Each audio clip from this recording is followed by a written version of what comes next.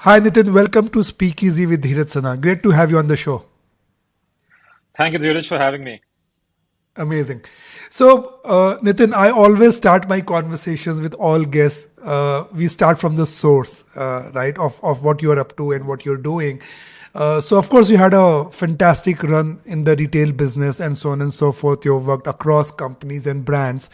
And then you decided to start, right?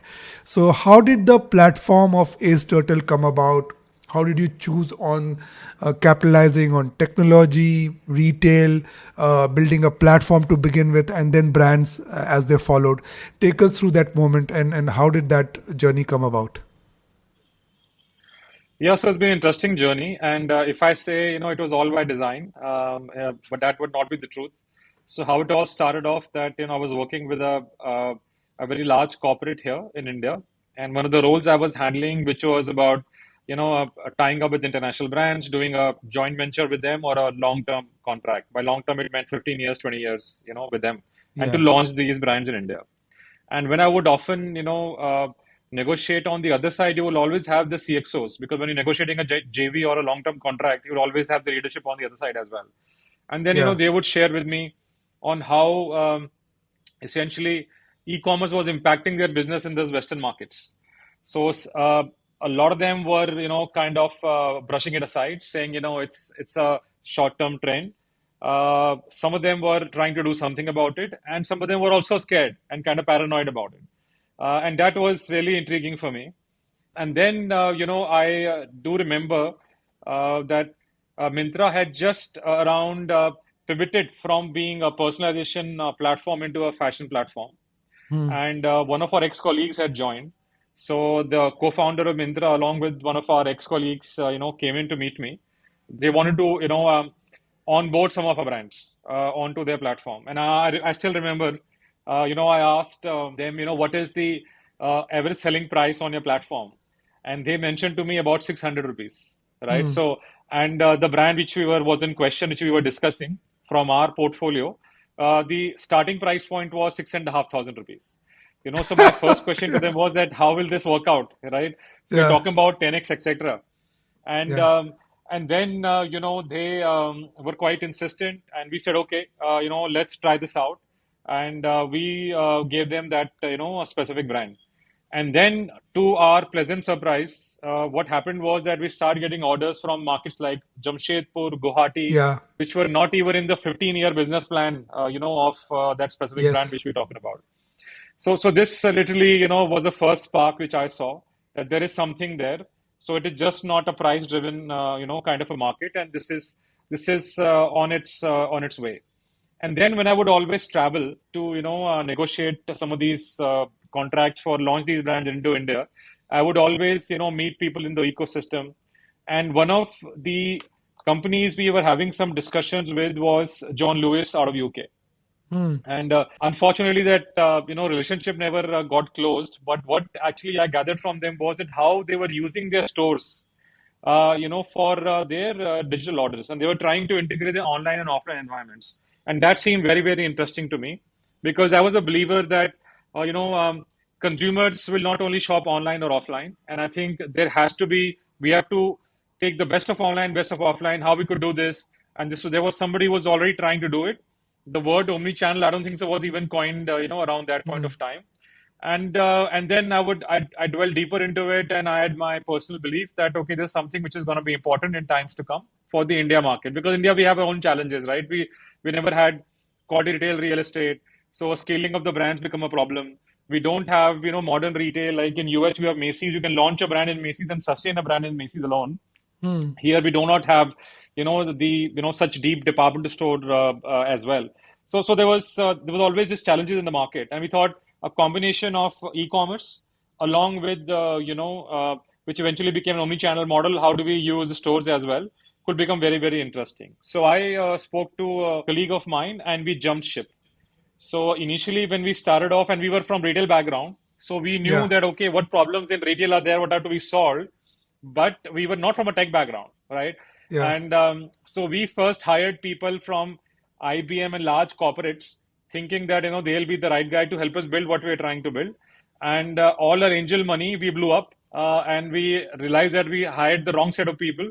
Not Yeah. because there's nothing wrong with something wrong with IBM or any of these companies, but in these companies, people are used to building some specific pieces. They Yeah. work on small pieces, and here talking about building something which is not there at all. So, and then I got into the network of other founders who connected me to these mavericks, who love to build things, and these are kind of people who never work in corporates because they are builders.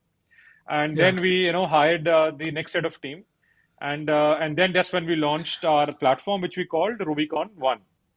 Hmm. And the idea there was largely to solve at that point of time two fundamental basic problems. One was that inventory lying anywhere across any channel, right? It could be published across any digital enabled channel, and once you get an order from any of these channels, we can fulfill from anywhere. So that Hmm. was the basic premise which we started off with. And of course then we started building on upon it. So that's how the journey started. We took our first institutional funding in the year 2017, and the we quickly became the market leaders because others were actually trying to solve similar problems, but they all came from a tech background. We, I Hmm. think, fortunately, we came from a retail background, so we knew the real challenges on ground which happen in the stores. So I think that definitely was one big plus with us. And then around, if I remember right, 2019 or so, we started seeing that some of the clients who've been with us for a few years had kind of started stagnating. And why they were stagnating? Because their fulfillment centers or their retail stores were all meant for the specific purpose only. For example, the fulfillment centers were meant to do B2B shipments, not to do B2C shipments at scale. Their retail Hmm. stores, the store staff did not have the right training to fulfill the online orders because they were only used to a walk-in customer walking and handling Yeah. that customer. And then the logistics side of it, because these individual brands, because we are working with individual brands, these brands did not have at that point of time the scale to negotiate better service or better commissions or margins from the logistics companies as well. So we realized that if we have to scale further, we need to offer these as well. We have to solve this problem for our clients. And that's when we started offering logistics and fulfillment also as a value added services to the clients who are using our platform. And that's when we became a full stack player. And Hmm. why this is important? Because eventually where we landed up, this became, a big piece as well. And then around 2020, the dreaded pandemic happened, the first lockdown. Yeah. And when you plan for your runway, right? So you always plan that this is my revenue, this is my burn, right? But you never plan a scenario that revenue is zero and suddenly Yeah. your burn is 100% of your expense. Yeah. So Yeah. not only did our revenue become zero, our clients refused to pay us as well, our Yeah. outstanding invoices, Yeah. because they themselves were trying to figure Yeah. There out, was no off and they were takes. Yeah. firing. Yeah. There were no offtake, and they were firing people by the droves. So they told us very clearly, okay, now this is we are first gonna try and survive, then we'll think about you. Fortunately for us, our investors helped us out at that point of time. It was a very, very tough time for us. And then when the first lockdown opened up, the platform at a very different scale. The existing clients on board scaled to a very different level, not seen before. A lot of new clients wanted to, jump onto the platform as well. So, and then we saw that a lot of the clients, existing clients, again came back to us to renegotiate our commercials. Their Hmm. point being that, when we negotiated, because our whole model was we used to charge a small subscription fee and a Hmm. revenue share, whichever was higher. So subscription fee was more like a flow, and revenue share because the whole idea was this space is going to grow, so we will also Yeah. grow. But the clients came back and say, okay, no, this is too much. Let's renegotiate Yeah. again. So that got us thinking that and I do remember, I will not mention the name of another SaaS founder I met, and something very interesting he told me. He said, when you're building in India, be on the SaaS side, be always prepared for renegotiation because clients will always come back to you every year to renegotiate with you. But then what really got us thinking that 100% of the business depend on third parties, where of course when they were in trouble they were thinking about themselves. When things are great, again the renegotiation Yeah. happening. So we have to have some part of the business which is kind of captive to us, and we control end to end. Yeah. because we also looked at our portfolio of clients who were live on the platform, and we saw why some brands were doing better than the others, and the ones who were not doing as well was because the adoption was a big challenge, because they were all they had legacy processes, systems. They had too many middlemen in the value chain. The leadership did not understand tech that well, so they were not able to drive the efficiency and scalability which tech can bring about. And so we saw, okay, why don't we, let's look at our portfolio itself. Why don't we talk to some of these, brands to take over their business for India? We went to the board and we told the board we have a list of brands where we're going to go and have a discussion with them. But we will not be talking to the CEO here, because literally we are asking for the CEO's jobs. We will be going to the global headquarters and making a pitch. So we had to be prepared. If it doesn't work out, we might likely get fired. We lose our client. So board was supportive, and fortunately for us, it worked out. And then our second vertical was formed, which we called the captive brands vertical at that point of time. So we had a SaaS business where we were by far the market leaders in India, working with almost all large brands for the omni-channel commerce piece. And then we had second vertical was where which we call captive, where we had taken over the business of the brands, and we were doing end to end. When I'm saying end to end, it was design, manufacturing, and all the way to the consumer, because we felt that tech had a role to play across, and it could be far more scalable and efficient. And we started off. It kicked off by far. Then actually, it was much more than to be honest, the business plan which we had given to the board or aligned with the brand as well. And then that gave us, a clear indication of where this needed to go. So when we saw this, we said, okay, then what we need to do is, and we kept discovering new problems as well, because we saw that, typically what would happen is how retail has still not evolved. So you would have, just to manage one channel, for example, you would have retail stores as one channel, because all brands were very channel agnostic, right? So, sorry, not channel agnostic. They were very channel specific, right? Because what is omni-channel all about? Omni-channel all about is be channel agnostic. Think consumer, don't think channel, right? Correct. But how the brands were, literally, their structured were that they had channel-wise businesses. So they had a department store channel, they had a wholesale channel, which was managed through distributors and mom and pop stores. Then they had a retail store channel, then they had an e-commerce channel, and so on and so forth. So what problem was with this channel-specific approach was that you had, a very captive inventory to each of these channels. The consumer view was also specific to these channels. A lot of these channels were not even giving you consumer data, so you were literally playing in the blind. And the whole model was that, especially in the fashion business, you will start designing the line 10 months before it had to go in the market. So the level of risk you're taking. So, and what, pandemic, of course, was a big accelerant there. But today, if you just see, we are consuming so much content, right? Our preferences and tastes are changing, and evolving very rapidly. And here, somebody's saying, I'll take a punt 10 months before to what, Dheeraj or Nitin will buy 10 months from now, right? So, so we realized, okay, there are enough problems to be solved here as well. Second side is that, we saw that how even the channels were being serviced. So you had, pick up any channel, like I was mentioning, retail store channel.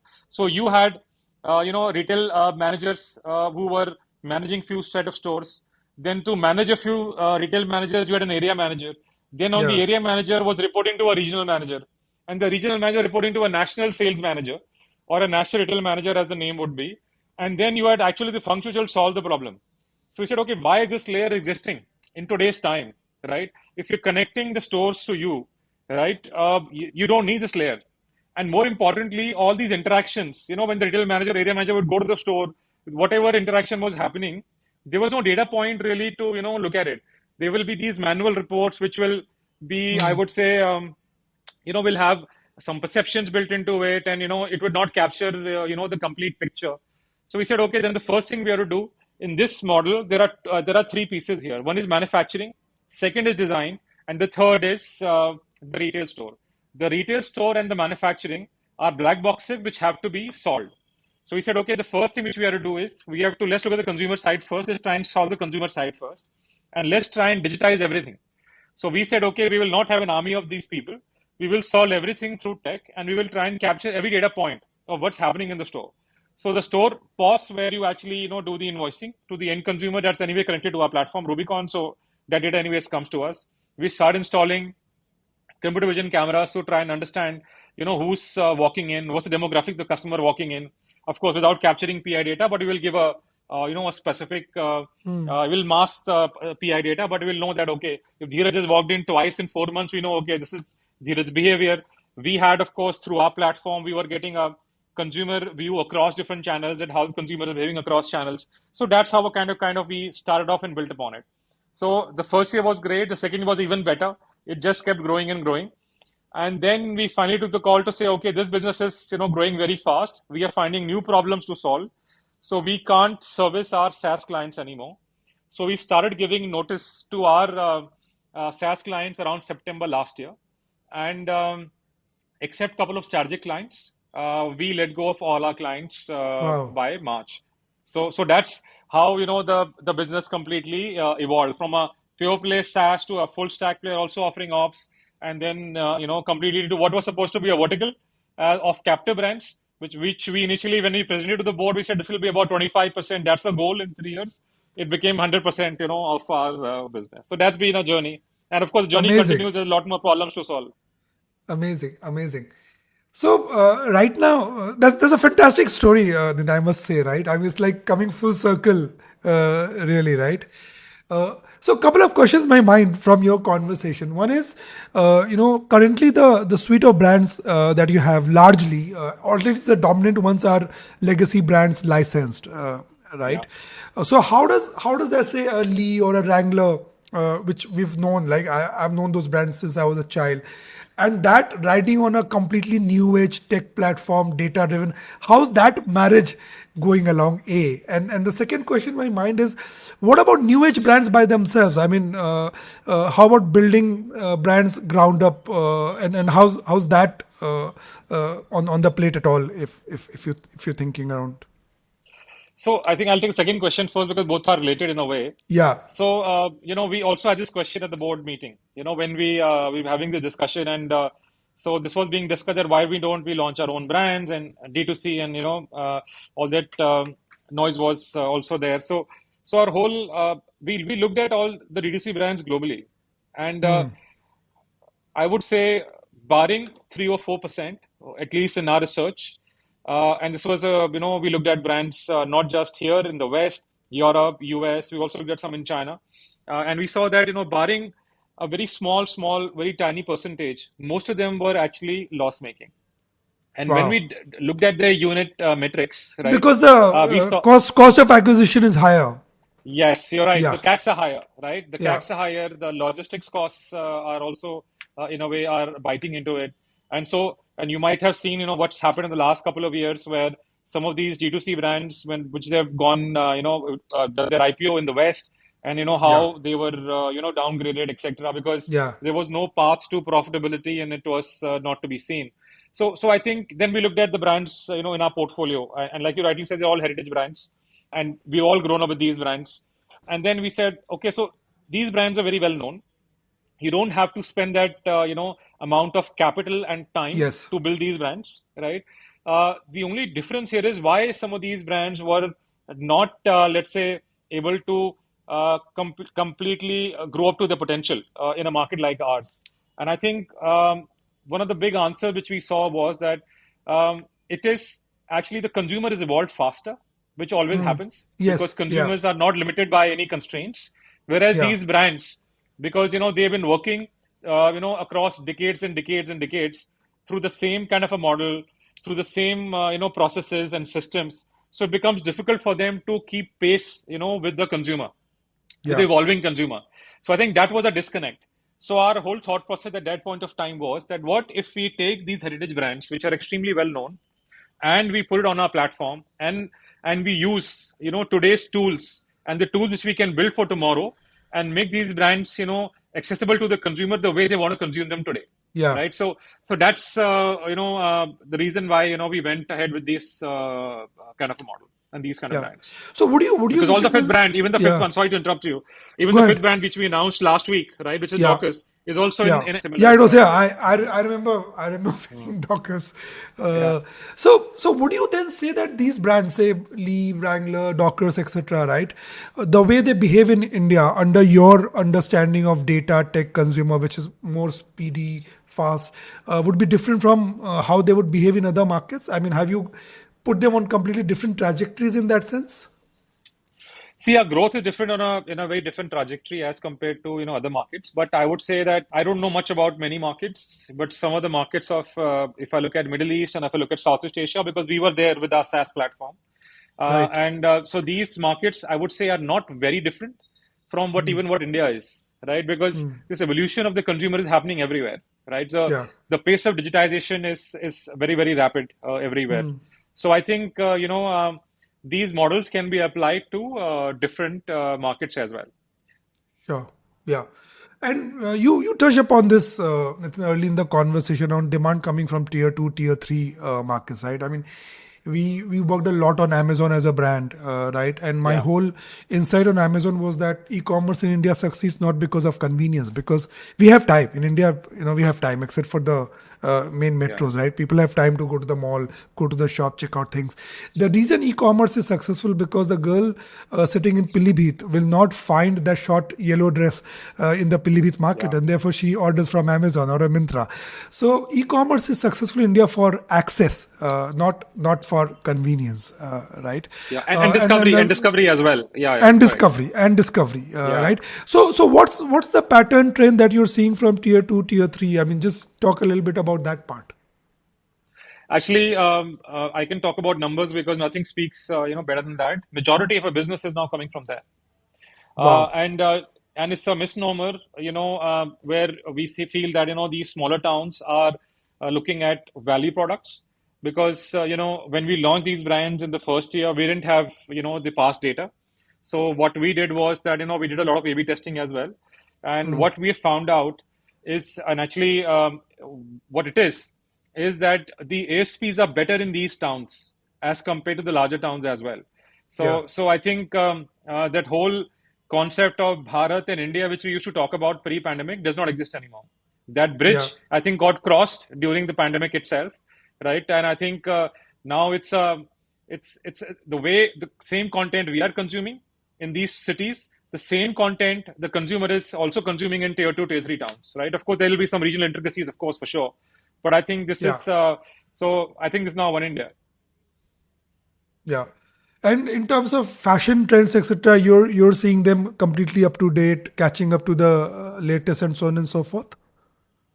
Yeah, and we are seeing that a lot of downstream traffic is also happening, on the websites where consumers are going to the global sites also to check. Wow, that's amazing. And how's the split Nitin, between offline and online? How's that shaped up, and how's that changed through, say, pandemic? See, during the pandemic, it was mostly online, and also I think not because there were these lockdowns were also interrupting the business, but apart from that, I think also our company's DNA was also more biased towards that. Yeah, But where we are now seeing the business kind of settling in is about 50-50. So that's where it is right now, yeah. where 50% is online and 50% is offline. But so I'm interested in understanding how the habit changed or didn't during the pandemic, right? Because the whole theory that this behavior is changed forever and it's not going back. But I talked to a lot of other founders, especially say in FMCG categories, etc., and they're seeing a lot of lapse of behavior.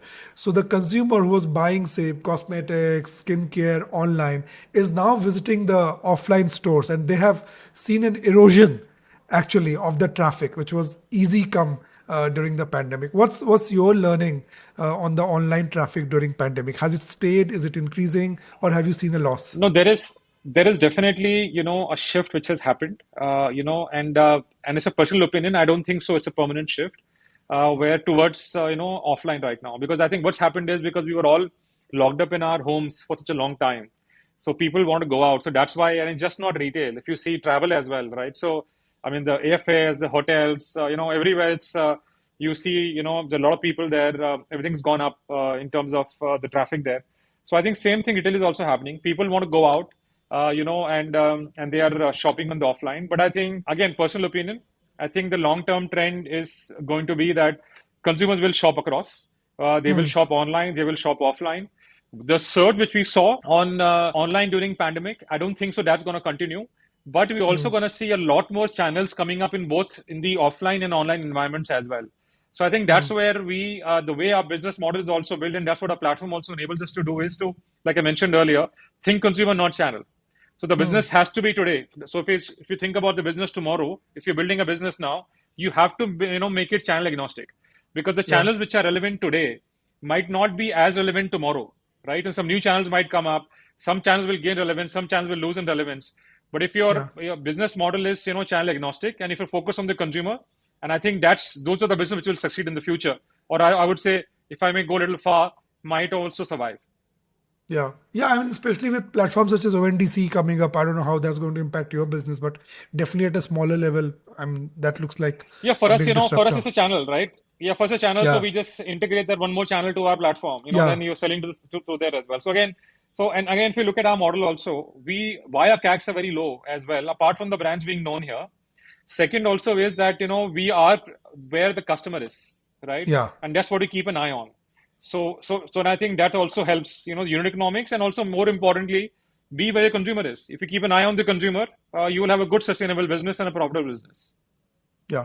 Then I'm interested in understanding from you the role of tech, right? And both ends, right? Obviously, there's a role of tech at the supply end where you're saying, I mean, for example, our supply cycles becoming shorter because of tech. Are you Yeah. able to predict fashions more accurately because of data? Are you able to produce more real time rather than somebody having to lock all their money 12 months in advance? So what are the changes on the supply side, A?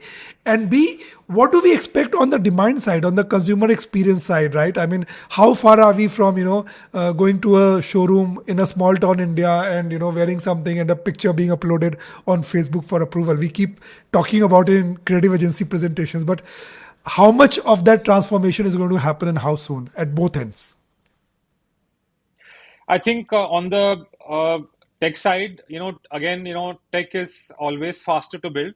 I think the challenges always are on the operational side, right? So I'll answer the question on supply side first. So on the consumer side, doing a lot of things, and things are giving us good results. I mean, our DNA is that we do about 10 things in a quarter. If three or four of them succeed, then we have a great quarter, right? So Yeah. that's how we look at things. So majority of things don't succeed, but that's the way. Unless you do things, you'll never get to know, because all those things about research and all, to be honest, I know you're from that space, but our experience has been, consumers doesn't know what they want, right? Unless they Yeah. experience it themselves, and their behavior is very different when they're experiencing it as Yeah. compared to when you ask them about it. So I No, I'm think with you on it. I mean, seven out of 10 launches fail, and all those seven launches went through consumer focus group discussions where everybody said we'll buy it. So I'm with you on that. Yeah, yeah. So great. So on the consumer side, what we are now trying to build actually is focusing on the offline funnel, because just the way we have an online funnel, we are now building an offline funnel. So we have made some progress there, and we expect it to be live actually by September of this year. And I think that will give us a far more insight into the retail store journey, that how is the consumer actually, at what point of the funnel, the consumer is behaving, and what interventions are required to give a better experience and drive them towards the purchase decision. So I think that's one area where we've got some success, and there's still more things to be done. But I think I know, not thinking, discussing basic about the cohorts and all, because we get data Yeah. from all channels, so that's the easier piece to do. On the supply side, we did face some resistance, because we work with factories which are compliant, not just in terms of quality, but also for social compliance, right? So as a result, our pool to work with factories is very limited, and these factories work with multiple brands as well. And as a result, whenever we want to do something different, the resistance from them, and I guess, they have commercial reasons for so, because they're not only working for us. Yeah. So what we started doing there is, we just started our first captive factory, where that factory Wow. is making goods only for us. And because now we have the scale to support those manufacturers to do only for us. And that's the path forward. So our whole thought process here is that, in next couple of years, 40% of our production will happen through our captive factory, which are making only for us. And these are the factories which will drive the change for the tech which we're using and for the experimentation which we continue to do, the innovation which we continue to do on the supply side. So today, the if I to answer the question, yes, we get the trends. We are able to predict to an extent. It can get better, but we can already see a very clear path there. But we are not able to, the agility on the manufacturing side is not as good. So I think Yeah. that's what we are trying to work on right now. Understood. So the data is there, but the mechanical part is what needs to get fixed. And the role of Yeah. machine learning, AI, etc. Are you guys already on that bandwagon? How are you seeing that play out for your category? Yeah, so we've been using some of the AI models for on our platform for different use cases like because we were pulling in for us for the commerce you need to have real time data, especially of inventory, etc. And sometimes when you work with enterprise clients, they have some legacy systems which do not have the ability to uh, you know um, push data to you, or you can consume data from their app, those legacy applications real time. So as a result, we had built in some models, AI models, which were helping us, in predicting some of those aspects, things like your dynamic safety stock and so on and so forth. So we have started using some of those models. We are building on top of those models now for both on the consumer side as well, Right. and we have been seeing some good success as well. But largely on the predictive models around design. And similar things we want to also take it to manufacturing once we solve the off side of it, which we're trying to do right now. Yeah. So Nitin, the other aspect is obviously the whole idea of sustainability, green, right? And textile is a Yeah, big industry on true. that piece. How are you thinking that Yeah. aspect, and what are the notable things for us to take home there? So we've already actually, put that into place. Again, it's a journey, right? It's all, and Yeah. you're right. Apparel is, one of the bigger culprits there, and more so within that, definitely denim, right? So, Yeah. so I think we are now, of course, when we look at compliant factories, we also look at where they are on the sustainability index. Are there, water treatment plants? What are they doing on sustainability side? On our side, we are also now, of course, jeans as a garment. You know, it's I think jeans and leather are the two, if I can call them two products, which age better with as with time passes with time passes. So I think so those have always been from that perspective have been great. But I think from our side, we are working on the manufacturing side to make sure we are working with factories which are investing in sustainability. On the other side, we're also looking at giving better product which last you longer. But we are definitely seeing that sustainability is becoming important for the young consumer because they are very, very aware of their environment. Yeah. At the same Yeah. time, we also know they don't want to pay more for it. So, Yeah. so it is now a hygiene. So Yeah. you have to do it. There is no other way around it. Yeah. So how does Nitin? How does this future look like? For Ace Turtle, 5 years, 8 years, 10 years from now, would you, for example, do a Tata buying JLR globally? Is that the ambition to go out and own brands globally? How are you seeing the future pan out for you? See, we what's worked for us in the past is always, look at the next set of milestones and just get there, and then just keep working at it. So for us, we have a set of brands. So Lee and Wrangler have scaled very well. Toys R Us, this is the year for Toys R Us to scale, and then Babies R Us comes next, and we have Dockers, which is going to get launched, Yeah. next year, and then we have a couple of more brands, which we are going to announce as well. So the whole idea is that, and we are seeing very clearly that the problems are very similar to be solved, Yeah. across categories as Correct. well. So the idea is on at one end, parallelly, we keep on enhancing the platform so that through that and on that pipeline we can keep on adding new brands for the Indian consumer. So right now we are very focused on India, but Right. yes, there'll be more brands coming out of our stable, and they would not only be in fashion; it will be also outside fashion. Right now, we have only toys outside fashion, but there are more Yeah. brands coming in which will be non-fashion as well. Interesting. And as an entrepreneur, Nitin, obviously, the entrepreneurship bug in India is live, right? And now with Shark Tank kind of beaming in every dining room. Every young person now has an entrepreneurial dream. What are the 2-3 learnings from your journey? And you've obviously pivoted and been successful with the pivots. What are 2-3 learnings that somebody who's listening to us today can take away from your journey? I think we were on the two sides of the business. We were on the SaaS side, on the enterprise side, and then we are on the consumer side now. So on the SaaS side, if we are building, I think it's a great market to build products for the world, right? So my advice would be, don't build SaaS products for India alone. Build it for the world. And I think, and we have, the right set of talent, and we definitely have, also of course the cost arbitrage as well. So I think definitely India is ready to build SaaS products for the world. That's what I would say if you're building on the enterprise side. But don't build only for India. That was our experience, at least. Build for the world out of India.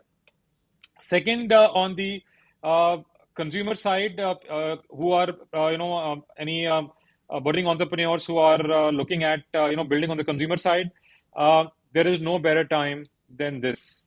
This is our decade. This is India's decade. Pick up any category, right? Penetration levels are 8%, 9%, 6%. On a higher side, you might find some categories maybe 11, 12%.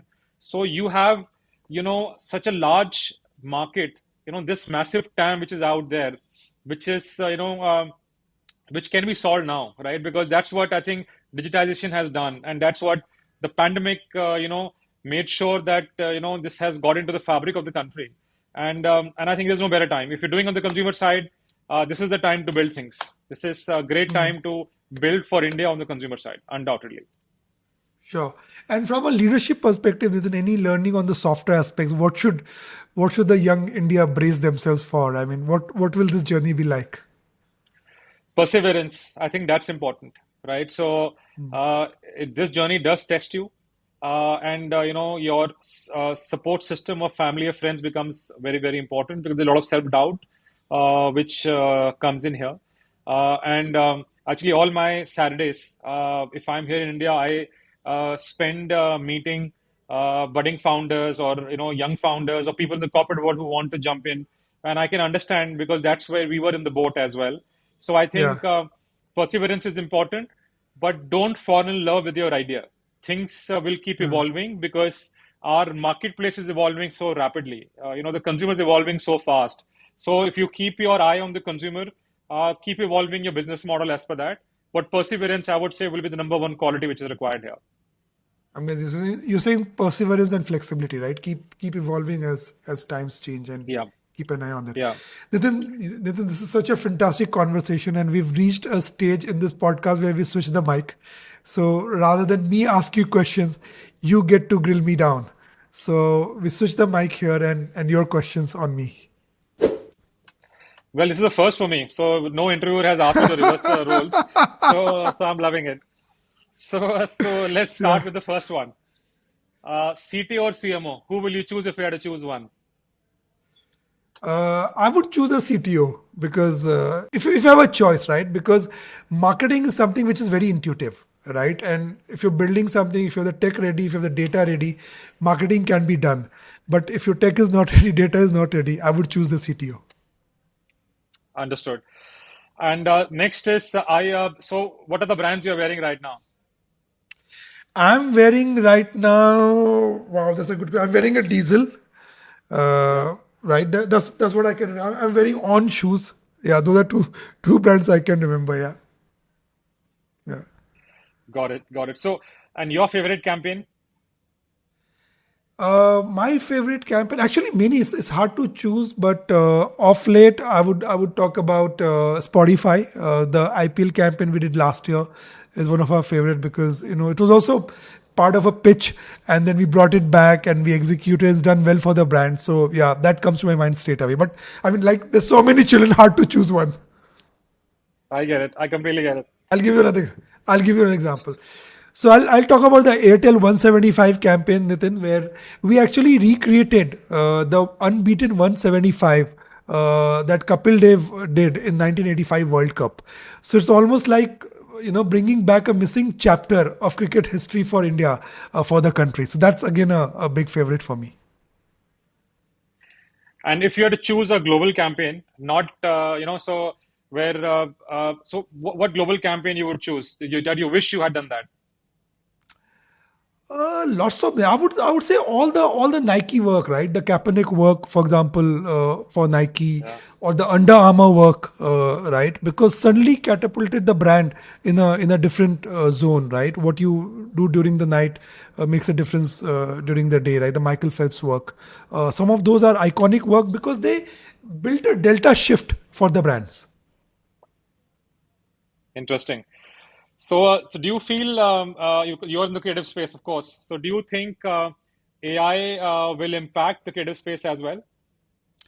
It definitely will, right? Any technology change which happens impacts, but I think it'll impact us in a positive way, right? I mean, because I feel that So for example, my point is that imagine, would you ever have the Avatar movie without computer graphics?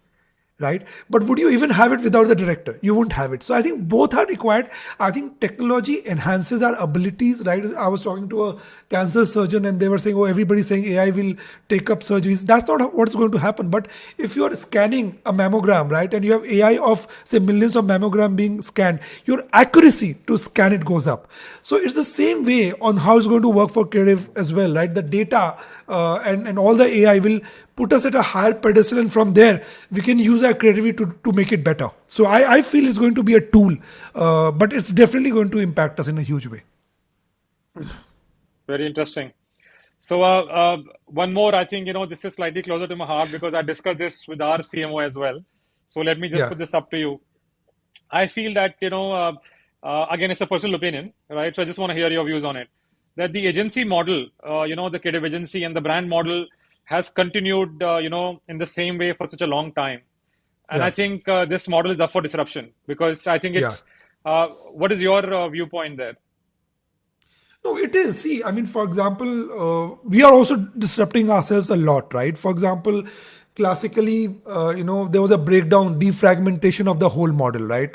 So you want to do strategy, you go to somebody. You want to do mainline, you go to somebody else. You want to do digital, social, and the poor. I had a client at that point, in one point in time, he was coordinating with 17 agencies during a sale. So poor guy would Wow. pack up all his clothes and come to office just to coordinate with agencies. So that's one place that this disruption required. So at Leo Button now we do full funnel, right? You come to us, we do everything for you. So it's back to unification. That's one.